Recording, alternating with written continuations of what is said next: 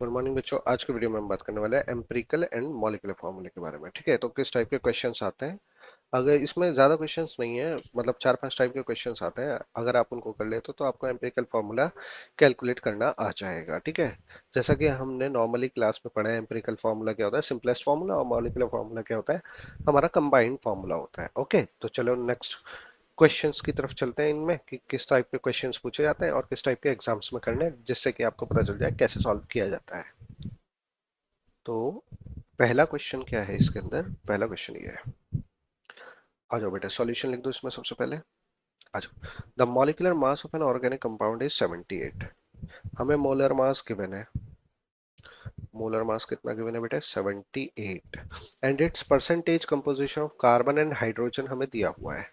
तो बेटा कार्बन और हाइड्रोजन की परसेंटेज जो गिवन है वो है 92.4% और हाइड्रोजन के 7.6%। राइट, तो ये दोनों की हमें परसेंटेज गिवन है। तो हमें कहा गया है मॉलिक्यूलर फॉर्मूला डिजाइन करिए, क्या होगा मॉलिक्यूलर फॉर्मूला बताइएगा। तो बेटा ध्यान से सुनिए, हमें इसका मॉलिक्यूलर फॉर्मूला बताना है, तो हमें फॉर्मूला पता होना चाहिए। तो याद करिए मॉलिक्यूलर फॉर्मूला कैसे डिजाइन करते थे हम। मॉलिक्यूलर फॉर्मूला जो होता है बेटे एम्पिरिकल के लिए, वो बहुत सिंपल होता है, एन इंटू में एम्पिरिकल फॉर्मूला। ओके, ये हमारा फॉर्मूला रहेगा। हमें यहाँ पे बेसिकली एम्पिरिकल फॉर्मूला चाहिए होगा सबसे पहले। अगर हम एम्पिरिकल फार्मूला निकाल लेंगे तो हम यहाँ से मॉलिक्यूलर फार्मूला कैलकुलेट कर सकते हैं। तो बेटे हम कैसे करेंगे, तो सबसे पहले हम कार्बन और हाइड्रोजन की परसेंटेज को कैलकुलेट करेंगे।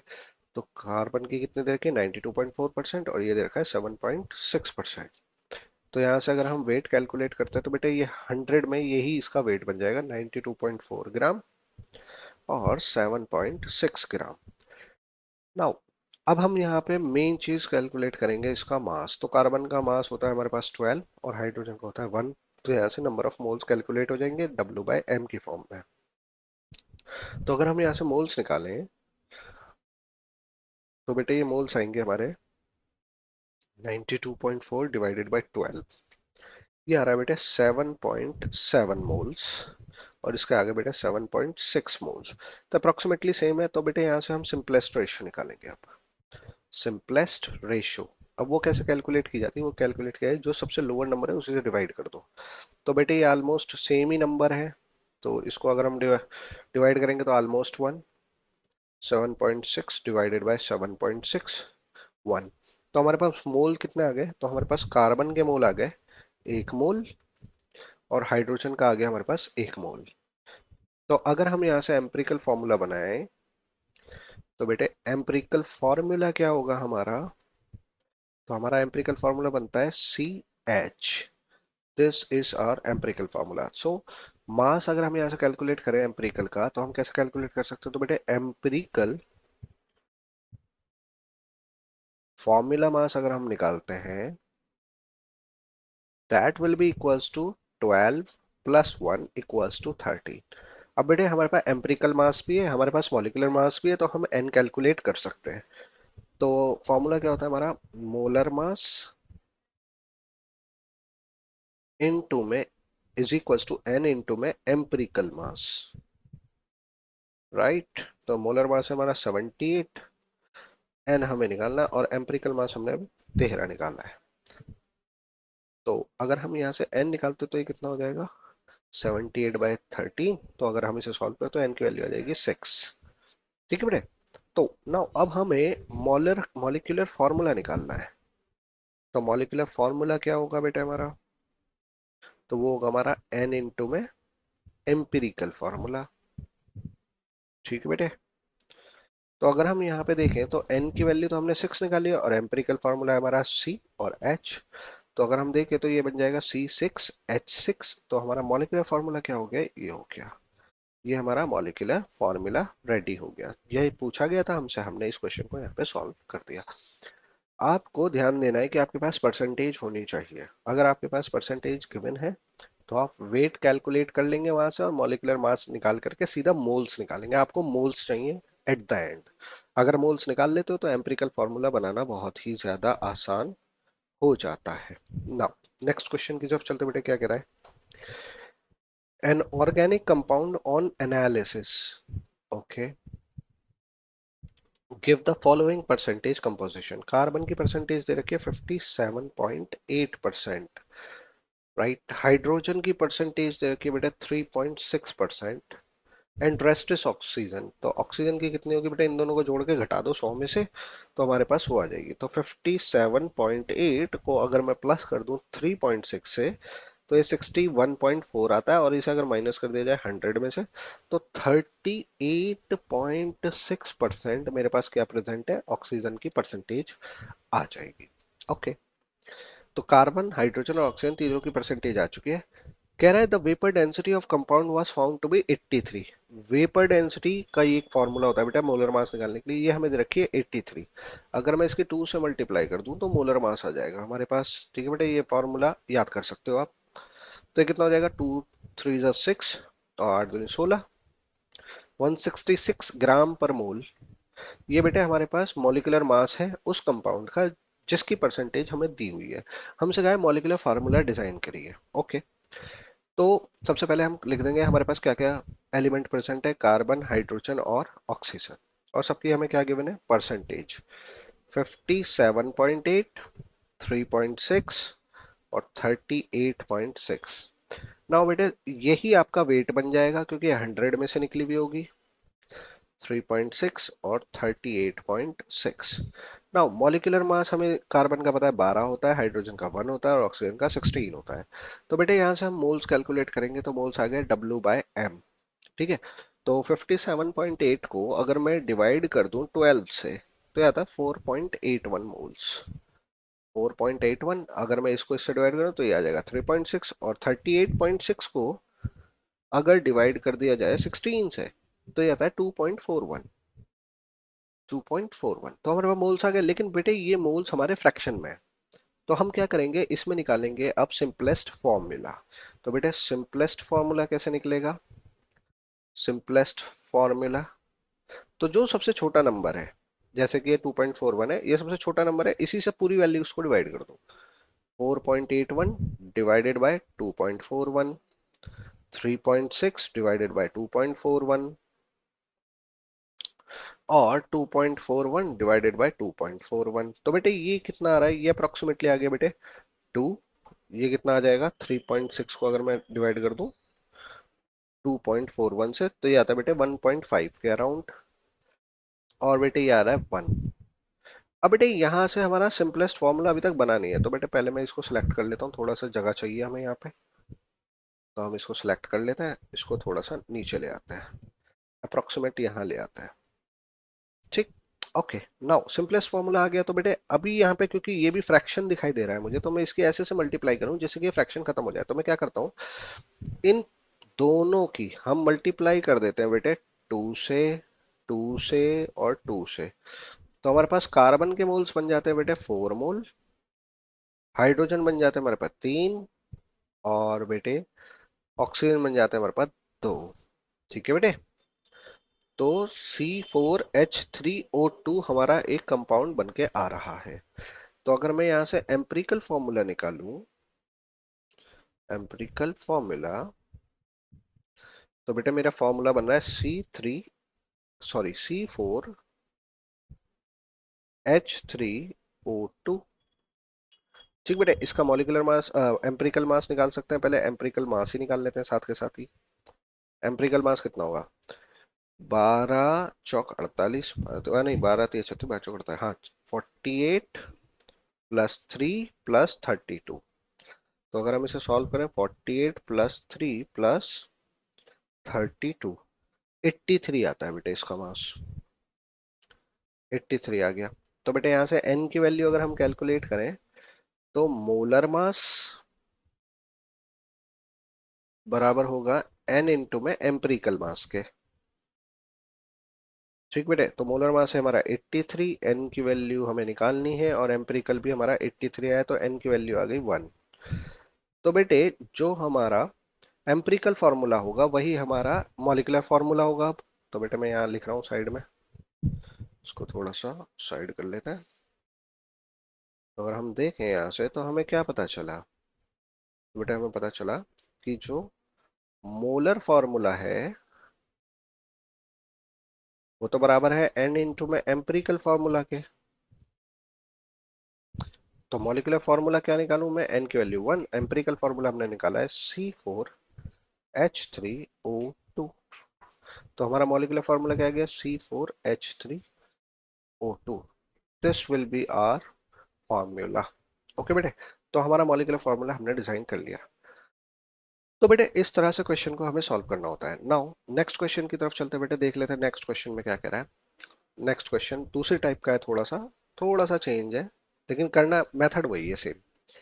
4 gram copper chloride, okay, on analysis was found to contain इतने ग्राम कॉपर। तो बेटे कॉपर का वेट दिया हुआ है 1.89 ग्राम, एंड क्लोरीन का वेट दे रखा है बेटे, क्लोरीन का कितना दे रखा है 2.11 ग्राम। ठीक है, what is the empirical formula. अब बेटे देखो यहाँ पे जो ये वेट दे रखा है ना, बेसिकली वेट है, परसेंटेज नहीं है। तो आपको सबसे पहले परसेंटेज निकालनी है, तो आप क्या करो, वेट ऑफ सैंपल निकालो सबसे पहले। वेट ऑफ सैंपल क्या होगा, ये दोनों का ही तो जोड़ होगा, निकाल दो। 1.89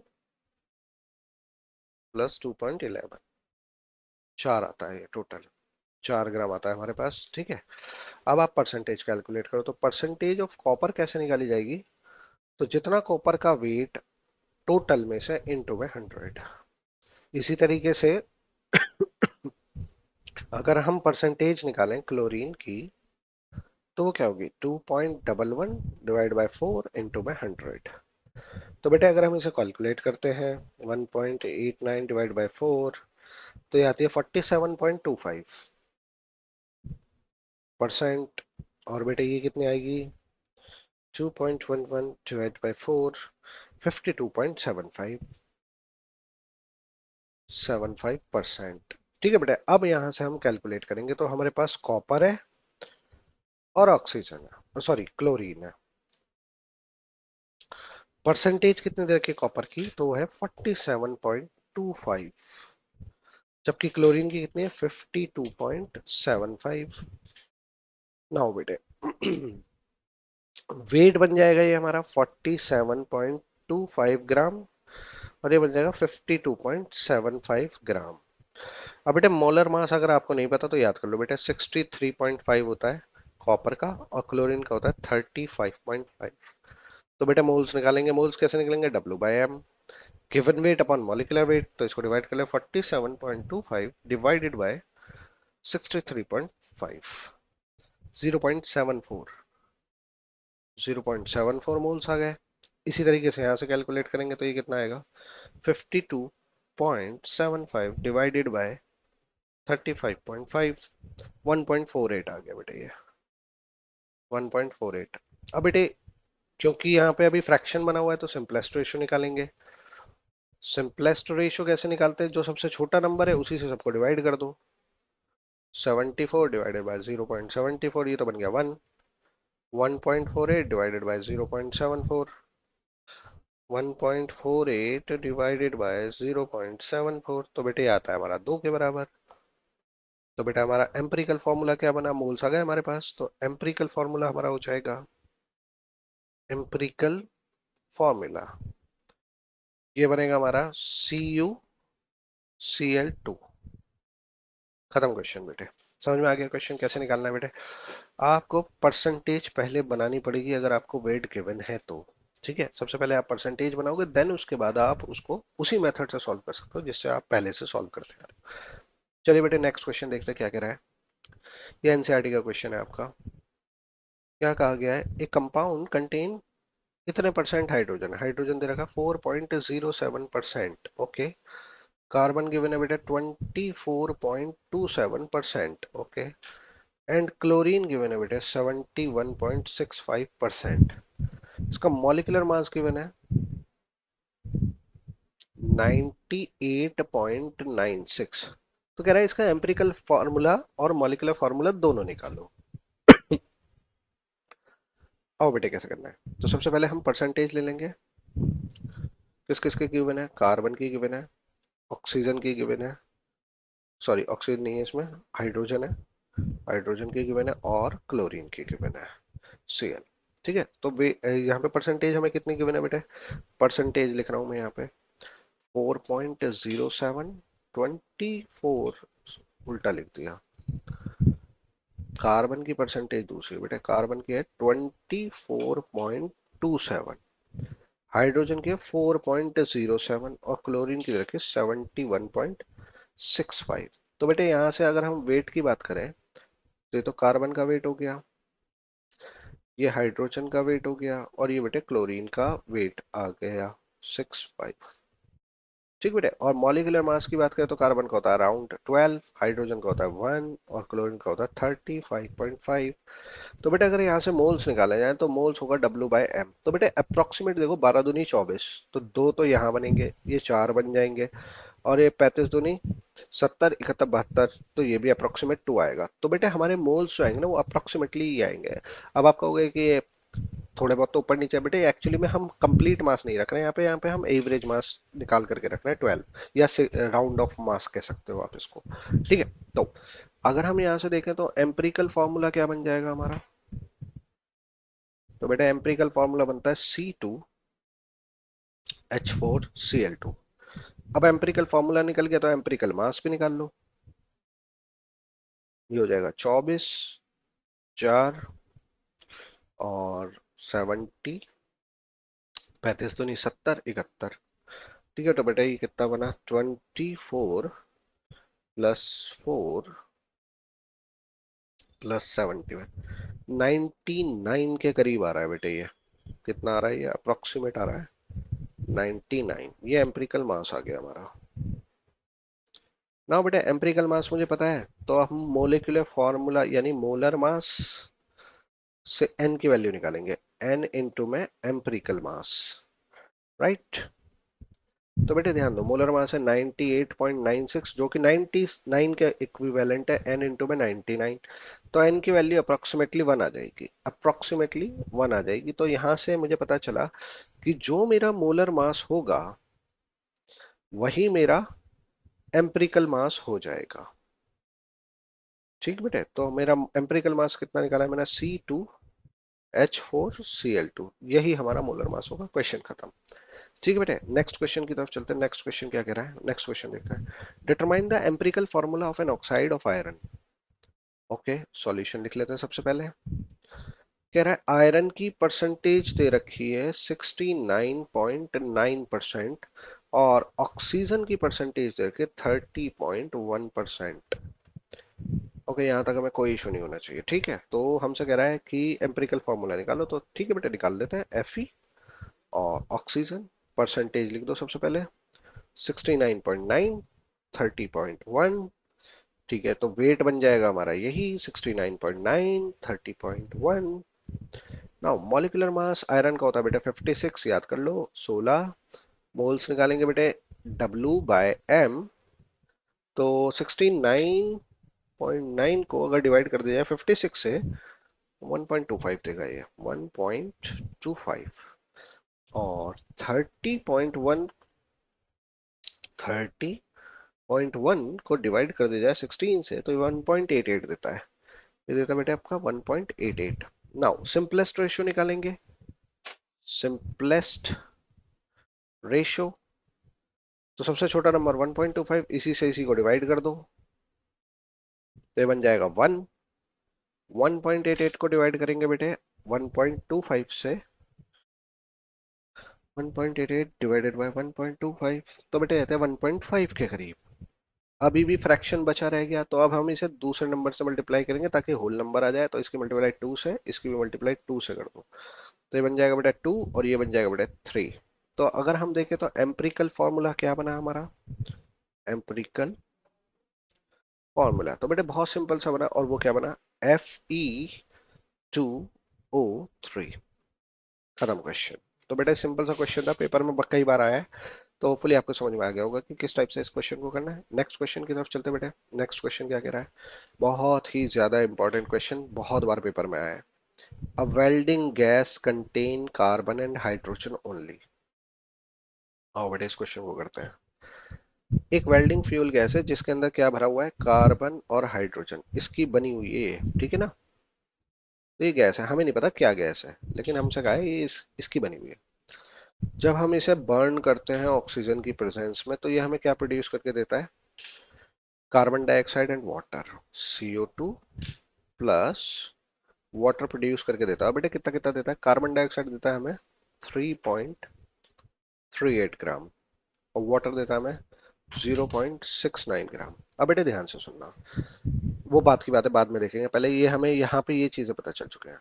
तो गैस में हमारे क्या प्रेजेंट है, पहले तो सबसे पहले ये एनालाइज करना है हमें। तो बेटे गैस के अंदर हमारा कार्बन और हाइड्रोजन प्रेजेंट है। इसका मतलब हमें कार्बन की परसेंटेज और हाइड्रोजन की परसेंटेज चाहिए होगी, और वो कब मिलेगी? वो तब मिलेगी जब हमें कार्बन और हाइड्रोजन का वेट पता होगा, ताकि हम टोटल करें और कार्बन का निकाल सके परसेंटेज, जैसा हमने पिछले से पिछले क्वेश्चन में किया था।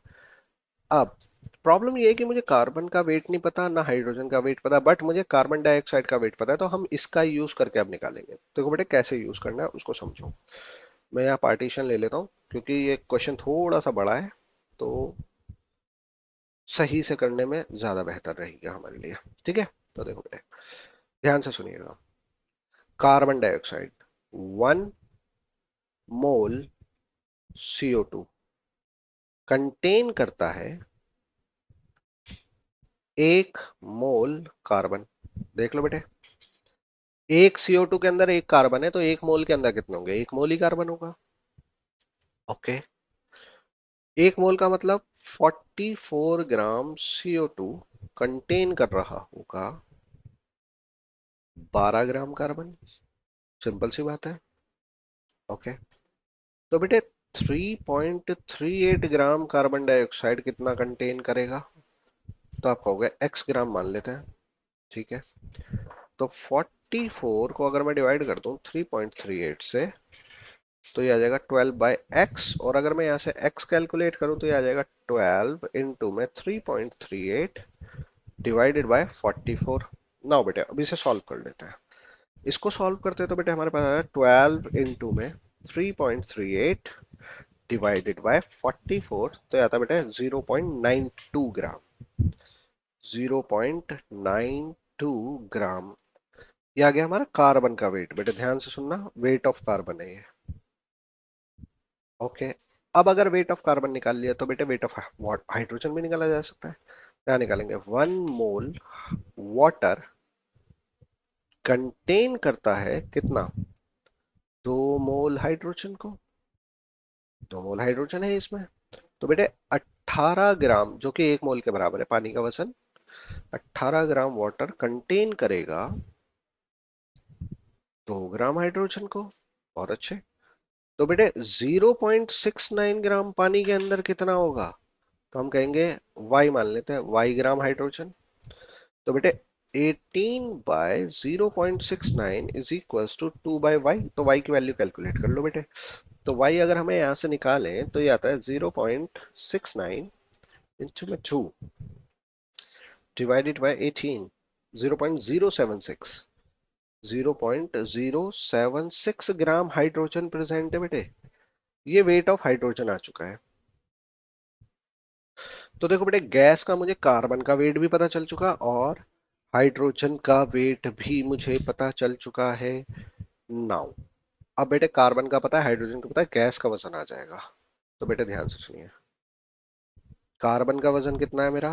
92 पॉइंट, लेट मी चेक, कितना था? 92, सॉरी 0.92 और 0.076। ओके, तो इसको रफ कर लेते हैं बेटे। ये कितना आ रहा था हमारा वेट? 0.92 ग्राम, और हाइड्रोजन का वेट कितना आ रहा है बेटा? 0.076। तो बेटे गैस का वजन कितना होगा? गैस वेट जो हमने यूज की होगी सैंपल में, तो आप कहोगे इन दोनों को सम कर दो, 0.76। ठीक है बेटे, तो ये कितना बन जाएगा? 0.996 ग्राम गैस का वेट आ गया। नाउ बेटे परसेंटेज कैलकुलेट करेंगे आप। नाउ परसेंट ऑफ कार्बन, तो वो कितना होगा? 0.92 डिवाइडेड बाय 0.996 इंटू में 100। बिना इसके आप कैलकुलेट नहीं करोगे बेटे, पहले ये निकालना ही पड़ेगा। इसी तरीके से हाइड्रोजन निकालेंगे, percent of hydrogen, that will be equals to 0.076 divided by 0.996 into में 100। तो बेटा इसको कैलकुलेट करते हैं, 0.92 डिवाइडेड बाय 0.996 इंटू में 100, 92.3% आ गया बेटा ये 3%। और बेटे अगर इसको करें तो 0.076 डिवाइडेड बाय 0.996, ये आता है बेटे 7.63%, 7.63%। ठीक है बेटे, ये परसेंटेज आ गई हमारी। तो अब बेटे हम एम्पिरिकल फार्मूला डिजाइन कर सकते हैं। तो एम्पिरिकल फार्मूला डिजाइन करने के लिए अब हम क्या करेंगे, परसेंटेज हमें पता है किसकी, कार्बन की और हाइड्रोजन की।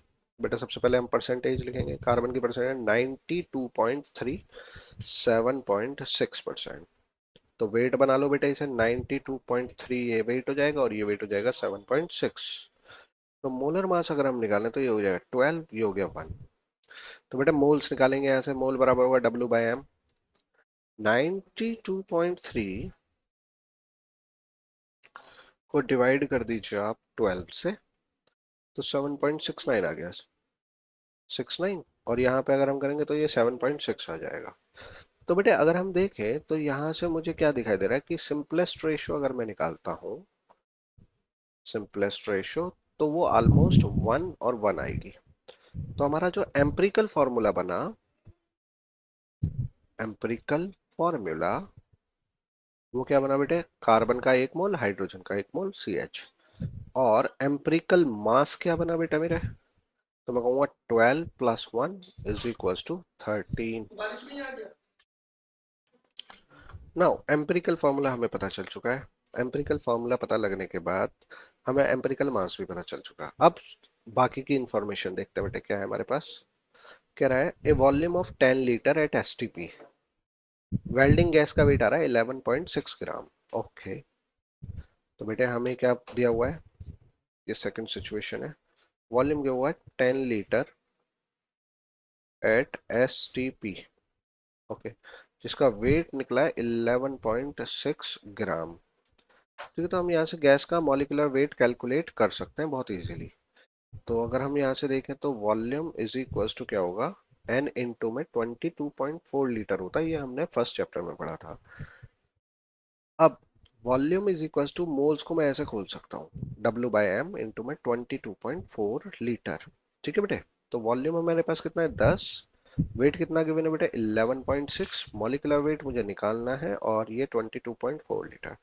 तो मैं अगर यहाँ से मॉलिक्यूलर वेट कैलकुलेट करता हूँ बेटे, तो ये कितना आ जाता है हमारा 11.6 इंटू में 22.4 divided by 10, that will gives you around 26 molar mass, gram per mole. ये मॉलिक्यूलर मास आता है हमारा गैस का। ना बेटे एक बात बताओ, मॉलिक्यूलर मास पता है, एम्पिरिकल मास पता है, तो क्या मैं एन निकाल सकता हूँ, मोलर मास हमें पता है जो कि बराबर होता है एन इंटू में एम्पिरिकल मास। ठीक बेटे, मोलर मास कितना गिवन है हमारे पास 26, that is equals to n into में 13। तो n की वैल्यू कितनी आ गई बेटा हमारे पास आ जाएगी 2, n की वैल्यू हो गई 2। तो हमारा जो मोलर फॉर्मूला बनेगा वो क्या बनेगा बेटा, n इंटू में empirical formula, that is equals to n की वैल्यू हमने बेटे कितनी निकाली अभी 2 इंटू में CH। तो हमारा जो फॉर्मूला आएगा वो आएगा C2H2। तो आई होप सो कि आपको ये पता चल गया होगा कि ये क्वेश्चन हमें कैसे सॉल्व करना था। ठीक है बेटे, तो ये था आपके कुछ क्वेश्चंस जो एम्पिरिकल और मॉलिक्यूलर फार्मूले पे बेस्ड थे। तो इस वीडियो में बेटे इतना ही था, इससे ज़्यादा बाहर का क्वेश्चन एग्जाम में नहीं पूछा जाता। आपको मैंने टेक्निक बता दी कि अगर किसी टाइप से क्वेश्चन पूछा जाता है तो वो आप कैसे सॉल्व कर सकते हो। ठीक है बेटे, तो आज के लिए बस इतना ही, मिलते हैं नेक्स्ट वीडियो में। Thank you.